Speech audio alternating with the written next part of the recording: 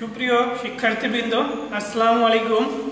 আশা করি এই মহামারী করোনাকালীন সময়ে সকলে বাসায় আছো, আল্লাহর অশেষ রহমতে সুস্থ আছো, ভালো আছো। চাঁদপুর পলিটেকনিক ইনস্টিটিউট কর্তৃক আয়োজিত অনলাইন ক্লাসে সবাইকে স্বাগত জানাচ্ছি। আমি Mohammad Mofidur Rahman, junior instructor non tech. এখন আমরা আমাদের ক্লাসে চলে যাচ্ছি।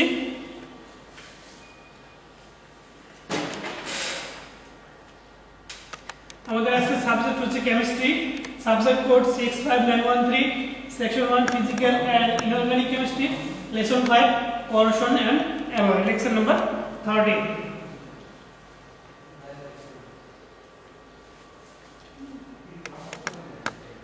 আমাদের আজকে টপিকস হচ্ছে 5.1 topics 1 type of corrosion, dry and wet corrosion. 5.2 atmospheric corrosion, type of atmospheric corrosion and their mechanism, oxide flames, factors affecting atmospheric corrosion. 5.1 type of corrosion, dry and wet corrosion. corrosion অর্থ হচ্ছে ক্ষয়।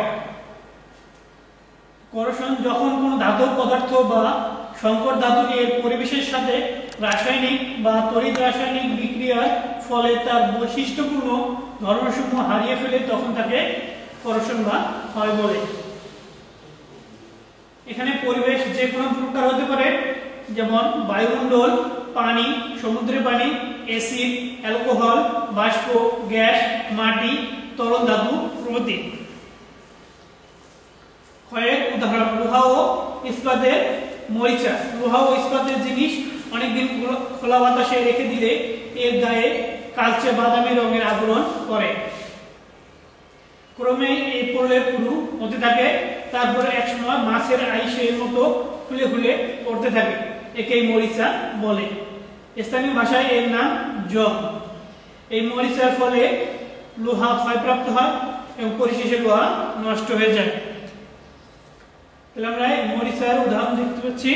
এখানে লোহা দীর্ঘদিন খোলা বাতাসে থাকার পরে এই লালচে বাদামি বর্ণের আস্তরণ করে, এটাই মরিচা। মরিচার সৃষ্টি আর্দ্র বাতাসের সংস্পর্শে বাতাসের অক্সিজেনের সঙ্গে লোহা রাসায়নিক বিক্রিয়ার সৃষ্টি হয়। আয়রন অক্সাইড এক ধরনের যৌগ, এই যৌগই মরিচা। মরিচা লোহার রং নষ্ট করে। লোহার সামগ্রীতে মরিচা বলে তা ক্রমশ ক্ষয়ে ক্ষয়ে ভঙ্গুর হয়ে যায়। বারবার নতুন জিনিস কেনার চেয়ে মরিচা প্রতিরোধ করলে লোহার দ্রব্য বহুদিন টিকে। মরিচার সৃষ্টিকে নিম্নরূপ সমীকরণ আকারে দেখানো সম্ভব। লোহার সামগ্রী প্লাস আর্দ্র বাতাস ইকুয়াল আয়রন অক্সাইড বা মরিচা। টাইপ অফ করোশন, করোশনের বা ক্ষয়ের প্রকারভেদ। করোশন বা ক্ষয়কে সাধারণত দুই ভাগে ভাগ করা হয়। একটা হচ্ছে শুষ্ক করোশন বা রাসায়নিক করোশন, আর্দ্র করোশন বা তড়িৎ রাসায়নিক করোশন। তাহলে আমরা বিভিন্ন ধরনের করোশনের চিত্র দেখতে পাচ্ছি। আন্ডারগ্রাউন্ড করোশন, ইলেকট্রনিক করোশন,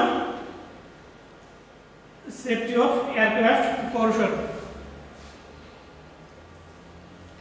শুষ্ক করোশন বা রাসায়নিক করোশন। শুষ্ক করোশন বা রাসায়নিক করোশন যখন একটি ধাতু পদার্থ গ্যাস বা আর্দ্রতার সরাসরি সংস্পর্শে আসে, তখন এই ধরনের করোশন ঘটে। শুষ্ক করোশন বা রাসায়নিক করোশন উচ্চ তাপমাত্রায় জারণ ক্রিয়া নির্দেশ করে এবং গ্যাস ধাতব ইন্টারফেসে ঘটে। এই ধরনের করোশনে ধাতু পদার্থ ও এর পরিবেশের জারক উপাদানের মধ্যে রাসায়নিক সংযোগ ঘটে। তাহলে আমরা এখানে চিত্রে দেখতে পাচ্ছি, এখানে হাইড্রোজেন গ্যাস অথবা হাইড্রোজেন সালফাইড গ্যাস বিক্রিয়া করে ফেরাস সালফাইড প্রোডাক্ট বা করোশন তৈরি করে। আর্দ্র করোশন বা তড়িৎ রাসায়নিক করোশন যখন কোনো ধাতব পদার্থকে তরলে নিমজ্জিত করা হয়, তখন এই ধরনের করোশন ঘটে। তরলে নিমজ্জিত অবস্থায় করোশন ঘটে বলে এই করোশনকে ইমার্স করোশন বলা হয়। এবং ধাতব দ্রবণ মেটাল সলিউশন ইন্টারফেসে ঘটে। এই ধরনের করোশনের ফলে ধাতব পদার্থ ও পরিবেশের মধ্যে রাসায়নিক বিক্রিয়া ঘটে। তাহলে আমরা একটি করোশনের চিত্র দেখতে পাচ্ছি। এখন আমাদের আলোচনা 5.2 বায়ুমণ্ডলীয় করোশন। বায়ুমণ্ডলীয় কোষের প্রকারভেদ এবং ক্রিয়া কৌশল অক্সাইড আবরণ ফ্যাক্টর সমূহ। বায়ুমণ্ডলীয় কর্ষণ। বায়ুমণ্ডলীয় কর্ষণ একটি ক্ষয়কারক ক্রিয়া যা বায়ুমণ্ডলীয় পরিবেশে একটি ধাতব পদার্থের পৃষ্ঠের উপর সংঘটিত হয়। বৃষ্টি, কুয়াশা এবং ঘনীভূত পদার্থের কারণে ধাতব পৃষ্ঠ আর্দ্র বা ভিজা থাকলে এটি সহজে ঘটে। আবার বায়ুমণ্ডলীয় কর্ষণ একটি জটিল প্রক্রিয়া, কারণ এই প্রক্রিয়ায় পরস্পরের উপর নির্ভরশীল এবং সর্বদা পরিবর্তিত হয়। বায়ুমণ্ডলীয় কর্ষণের প্রকারভেদ। বায়ুমণ্ডলীয় কর্ষণকে তিন ভাগে ভাগ করা যায়: শুষ্ক বায়ুমণ্ডলীয় কর্ষণ, আর্দ্র বায়ুমণ্ডলীয় কর্ষণ, স্যাঁতসেঁতে বায়ুমণ্ডলীয় কর্ষণ। বায়ুমণ্ডলীয় কর্ষণের ক্রিয়া কৌশল। বায়ুমণ্ডলীয় কর্ষণে দুটি গুরুত্বপূর্ণ বিক্রিয়া ঘটে। একটি হলো ধাতব গ্যাস জাতীয় বিক্রিয়া এবং অপরটি হলো ধাতব তরল জাতীয় বিক্রিয়া। ধাতব তরল জাতীয় বিক্রিয়ায় তরল খালি চোখে দৃশ্যমান হয় না এবং পানির উপস্থিতিতে শিশিরাঙ্ক এর অনেক নিচে বিক্রিয়াটি সংঘটিত হয়। অক্সাইড আবরণ গঠন এবং ভাঙনের যৌথ প্রভাবের ফলে বায়ুমণ্ডলীয় কর্ষণ ঘটে। অ্যানোড এবং ক্যাথোডে সংঘটিত বিক্রিয়ার সমতার মাধ্যমে বায়ুমণ্ডলীয় কর্ষণ অগ্রসর হয়। অ্যানোডীয় জারণ বিক্রিয়া হলো ধাতব পদার্থের দ্রবীভূতকরণ এবং ক্যাথোডীয় বিক্রিয়া হলো অক্সিজেন বিজারণ বিক্রিয়া।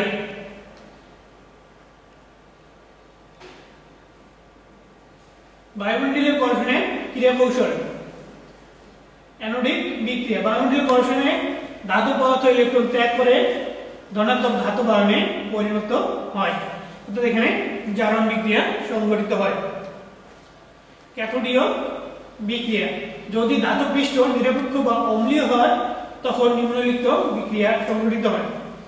হাইড্রোজেন আয়ন দুটো ইলেকট্রন গ্রহণ করে হাইড্রোজেন গ্যাসে পরিণত হয়। কিন্তু অধিকাংশ ধাতব পদার্থ এবং সংকর ধাতু বায়ুমণ্ডলীয় কর্ষণের ক্ষেত্রে বিক্রিয়াটি গ্রাহ্য করা হয় না, শুধুমাত্র অক্সিজেনের বিজারণ বিক্রিয়া ধরা হয়। বায়ুমণ্ডলীয় অক্সিজেনের বিজারণ বিক্রিয়া একটি গুরুত্বপূর্ণ বিক্রিয়া যাতে অক্সিজেন সমূহ পানির উপস্থিতিতে ইলেকট্রন গ্রহণ করে। প্রায় নিরপেক্ষ ইলেকট্রোলাইট দ্রবণে বায়ুমণ্ডলীয় কর্ষণের জন্য অক্সিজেনের বিজারণ বিক্রিয়া নিম্নে উল্লেখ করা হলো। তাহলে অক্সিজেন এই পানির উপস্থিতিতে ইলেকট্রন গ্রহণ করে হাইড্রোক্সাইড আয়ন উৎপন্ন করে এটা বিজারণ বিক্রিয়া সম্পন্ন হয়।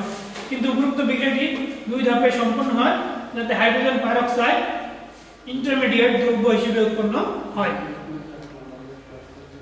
তাহলে আমরা বিক্রিয়ার সম্পূর্ণ বিক্রিয়াটা একটু দেখি। অক্সিজেন প্লাস পানি plus electron hydrogen peroxide plus hydroxide ion, hydrogen peroxide plus electron hydrogen peroxide hydroxyl ion. তাহলে আমরা যোগ করে পাই অক্সিজেন প্লাস পানি প্লাস ইলেকট্রন, তাহলে হাইড্রোক্সিল আয়ন। কর্ষণ উৎপাদনের সৃষ্টি। ইন্টারফেস ইলেকট্রোলাইটে কর্ষণ উৎপাদনের দ্রাব্যতা এবং নিষ্ক্রিয় আবরণ সৃষ্টি সম্পূর্ণ অ্যানোডিক ধাতব দ্রবীভূতকরণ বিক্রিয়ার হারকে প্রভাবিত করে এবং সাধারণ হারবিষ্ট বিক্রিয়াতে বিচ্যুতি ঘটায়। বায়ুমণ্ডলীয় অক্সাইড আবরণ ফ্যাক্টর সমূহ। বায়ুমণ্ডলে যেখানে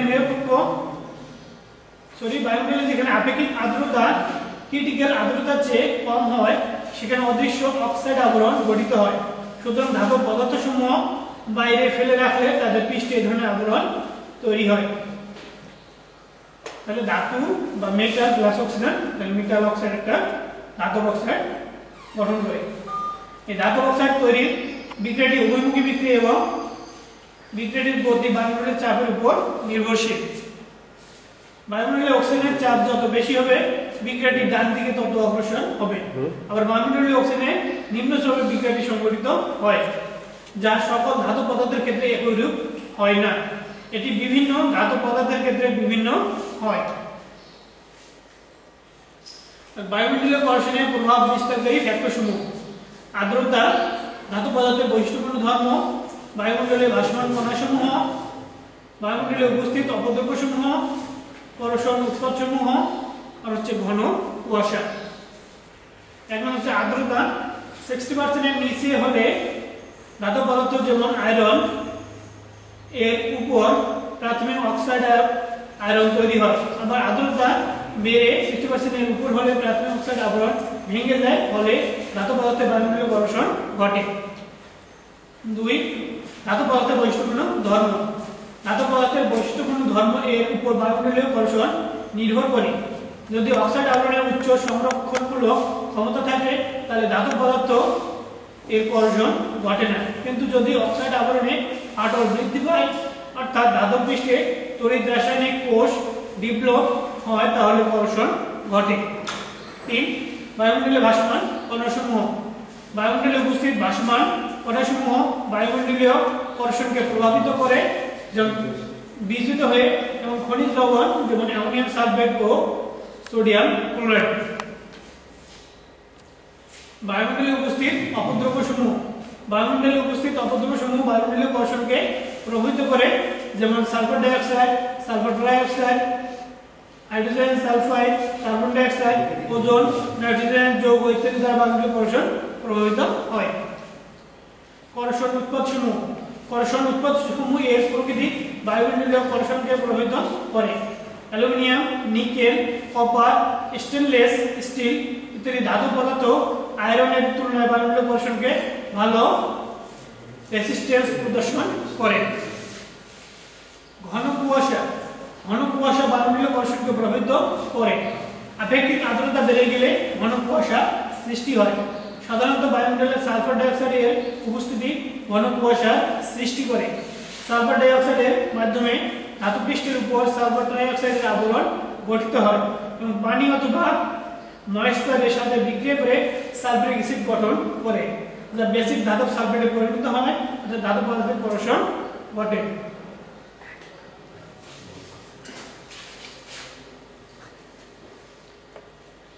সবাইকে ধন্যবাদ জানিয়ে আজকের ক্লাস এখানেই সমাপ্তি ঘোষণা করি। কোর্সে আশা করি সকলেই বাসায় থাকবে, নিরাপদে থাকবে এবং এই করোনাকালীন সময়ে সকল বিধিবিধান মেনে চলবে। ধন্যবাদ সবাইকে।